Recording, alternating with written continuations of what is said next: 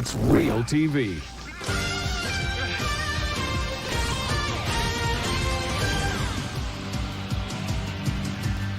Hi, I'm John Daly. From people like you across America and from our bureaus around the world, we are gathering 30 minutes a day of great pictures and the stories behind them. This first tape is going to look a lot like some video game, but it's not. It's RealTV. A Navy F-16 is in trouble, and the pilot's coming in. A camera is looking over his shoulder.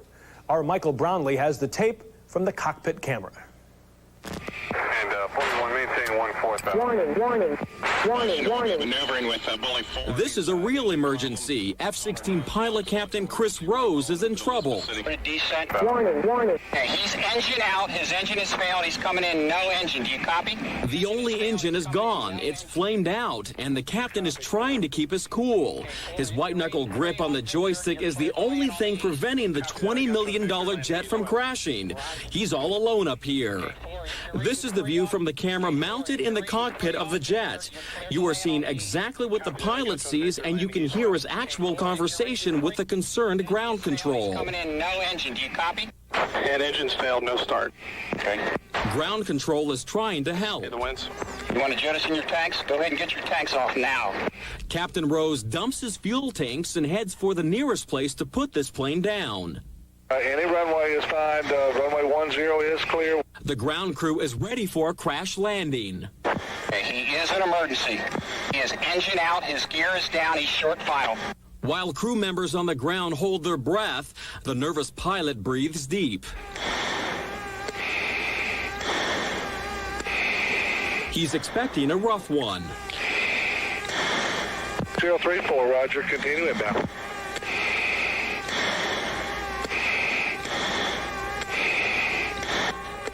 Good job. Now get it stopped. Finally, he's down, but not before spending over 3 terrifying minutes in the sky. A flight Chris Rose will never forget.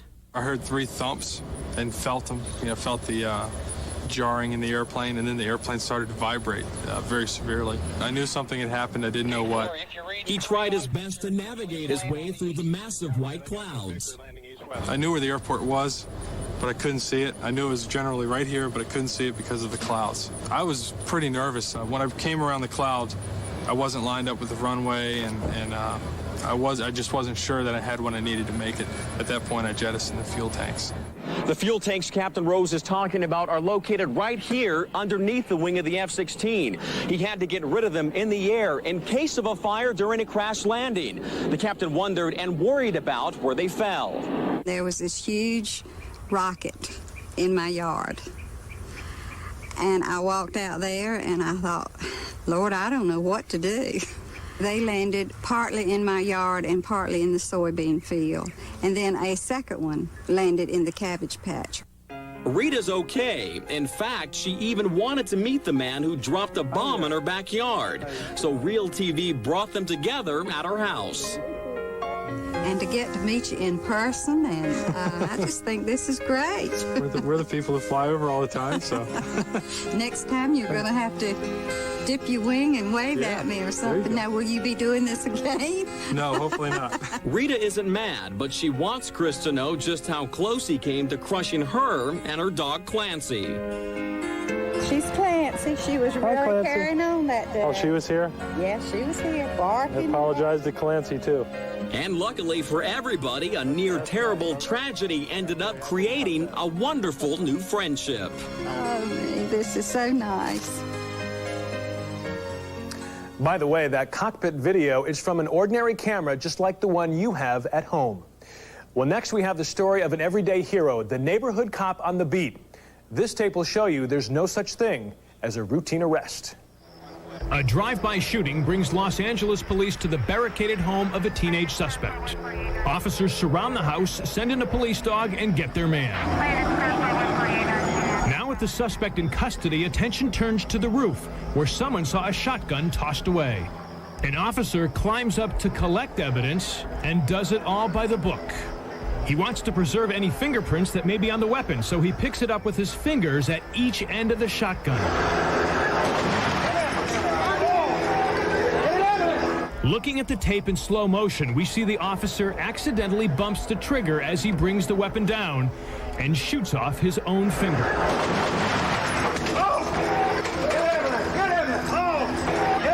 It is not a life-threatening wound, but paramedics on the scene rush the injured officer to the hospital, where he's treated and recovers. We'll talk about courage and dedication. Despite losing his finger, that cop is still on the job. Okay, here is the ultimate gotcha. Police set up a camera inside a car and park it in a bad neighborhood. And then they wait for someone to steal the car. And wouldn't you know it, they didn't have to wait long. You've heard of breaking and entering. This guy could be charged with breaking and exiting. He's caught in an elaborate sting to bust car thieves. And you were watching the police undercover video. Cops call it a bait car. It looks perfectly normal from the outside, but inside it's rigged with a tiny camera and a special tracking device. Police put it on the street and wait for the unexpected crook to take the bait. The car starts up just fine, and the thief thinks he's making a clean getaway. But the car stalls.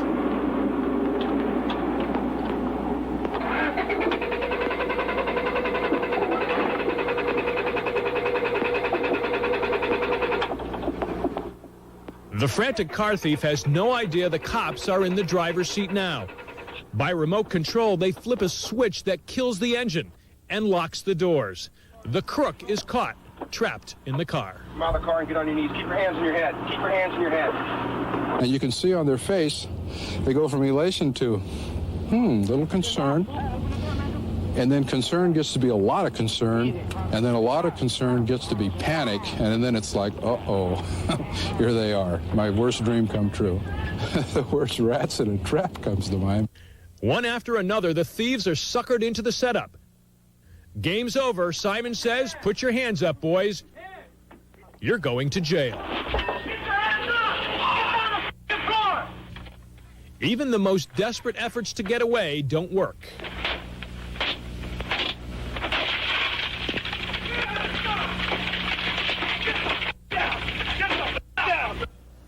Now, this operation has been very successful, so the cops plan to do it some more.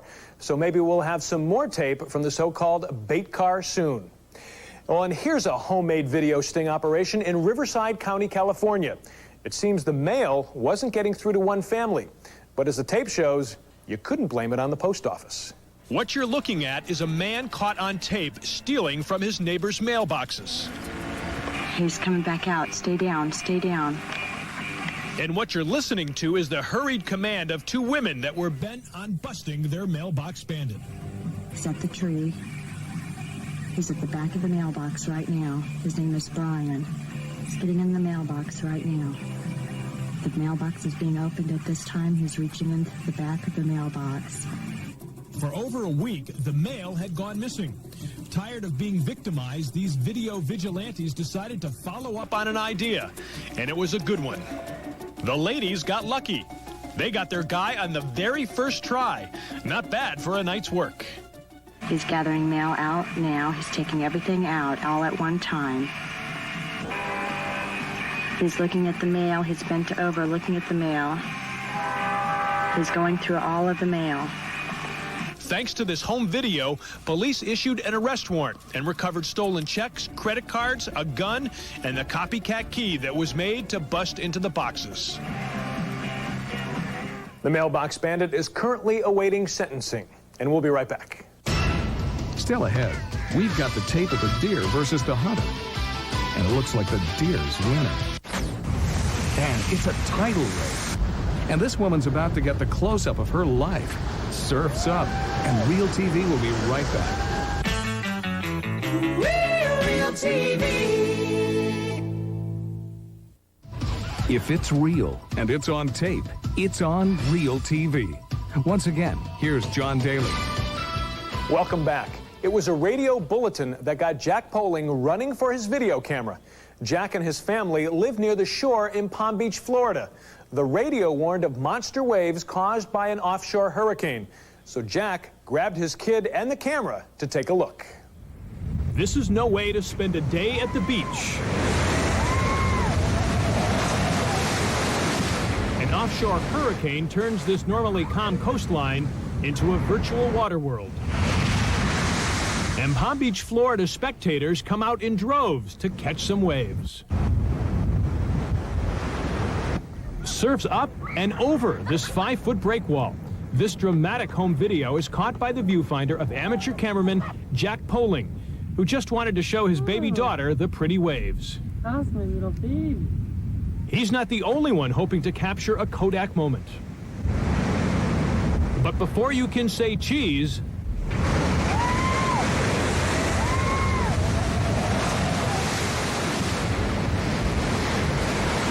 believe it or not, nobody was hurt. Really.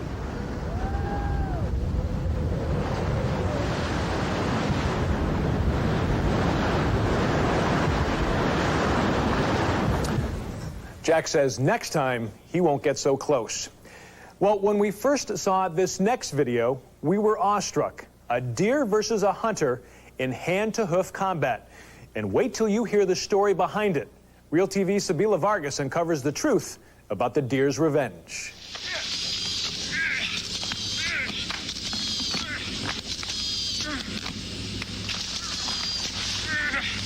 When the hunted decide it's time to turn the tables on the hunters, they don't mess around. He was hitting me hard. He bruised me all up. Lynn Chestnut is the guy who seems to have Bambi all bent out of shape about something. I'd throw my hands up around my face and I'd be rolling on the ground, you know, and trying to protect my face because that's the part you worry about the most. The deer is kicking the living daylights out of Lynn Chestnut, and it's all being videotaped. But Lynn is not going to give up without a fight. By the time Lynn gets Bambi in a headlock, the deer seems to be crying uncle.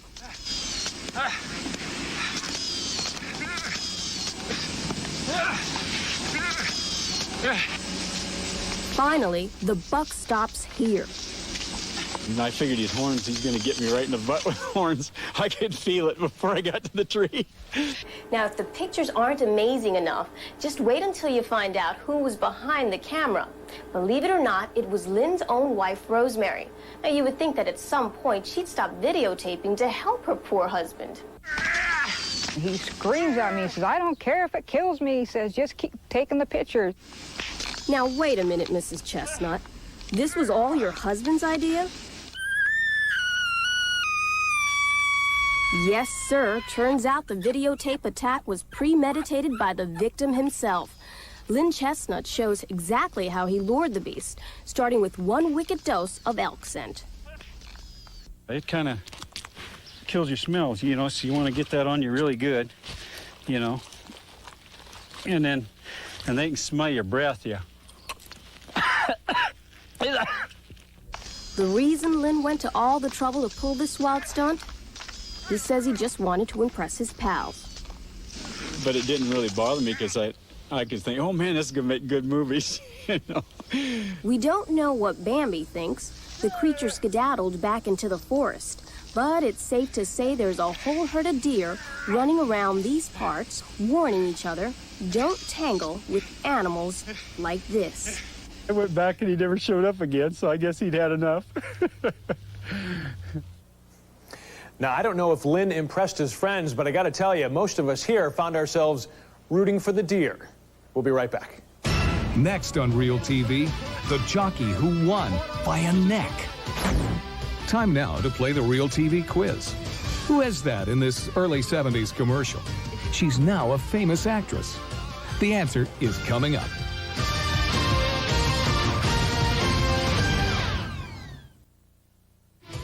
Now, here's the answer to our RealTV quiz. If you guessed Lonnie Anderson, you're right. That doesn't sing at all. She became a blonde shortly after being caught on this tape. Thanks for playing the RealTV quiz. I bet even Burt Reynolds wouldn't have gotten that one. Well, one place where cameras are always rolling is at the racetrack. You're about to see 3 races where no one would bet on the finish. Here's a RealTV look at a day at the races. at the Royal Factual Attractions. It is the 8th race at Del Mar Racetrack in Southern California, and you're about to see a terrifying photo finish. Top of the lane and see Just as the horses hit the stretch run, heading for home, a frantic man runs out onto the track. We've got a person running out in front of them here. What's he thinking? With 1,200-pound horses thundering down on him, it looks like certain death. But the jockeys take quick action and carefully steer their steeds around the unexpected obstacle. Sea of Serenity in fourth. A horse named Sea of Serenity takes first place. The man on the track nearly finishes dead last. See, it's a very strange incident out here. After failing to end his life at the finish line, he jumps the rail and runs through the infield, trying to avoid track security. But it's the second race he loses that day, as the guards finally corral him behind the tote board. They're off and horse racing in Buffalo, New York takes a backseat to a blizzard. It's wind, place, and snow as the weather turns one track announcer's life upside down. Horses, where are you? The blizzard obliterates any view of the horses, forcing the announcer to ad-lib until they come back into the picture. Come out. Hello. Here they come. I know you're in here someplace. Hello. Now we take a moment of silence as we sing Let It Snow, Let It Snow, Let It Snow. The weather outside is frightful, but we're all warm and toasty inside. They're off. Saddle up and grab an umbrella. We're off to Golden Gate Fields, just outside San Francisco. It's the first race of the day. But look at that track. With all the rain, it's pretty sloppy out there. Mud's flying everywhere. But now, so is a horse named Sweetwater Oak. Sweetwater Oak is making a run for the lead. His jockey is Nate Hubbard, and the two of them are passing everything in sight. Here comes Sweetwater Oak in the muddy silks. But watch carefully. Sweetwater Oak is about to stumble. Sweetwater Oak loses the There he goes. But look at Nate. He's got the horse's neck, and he's hanging on as they head to the finish line. Nate and Sweetwater Oak team up to finish second. And a ride like that deserves a second look. Here they are coming down the stretch. Now we slow the tape just as Sweetwater Oak starts to stumble. There he goes. Look at Nate's amazingly quick reaction. He could have so easily been thrown, then trampled by other horses. But he hangs on, hoping to win the race and save his life. Now that's winning by a neck. And that's also RealTV's Day at the Races. That jockey came back and won another race later in the day. This time, he stayed in the saddle. Well, now a tape from our London bureau with living proof about the Brits and how they love their beer.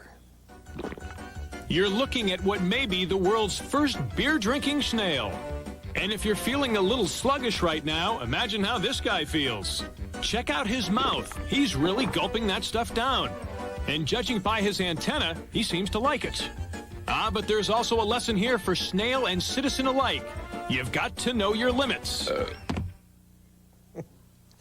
Let this be a lesson to all of us. Know when to say when. We'll be right back. On the next RealTV, a sailboat swallowed by a giant wave. And it's the news crew that saves the day. If you have RealTV, we want to see it. We'll tell you how to reach us in just a moment. If you have a tape you think we should see, call us toll-free at 1-888-REAL-TV1 or write us at 5042 Wilshire Boulevard, Suite 318, Los Angeles, California, 90036. That's it for now. There's more RealTV tomorrow. Until then, don't forget to take your camera with you. You never know when RealTV might happen.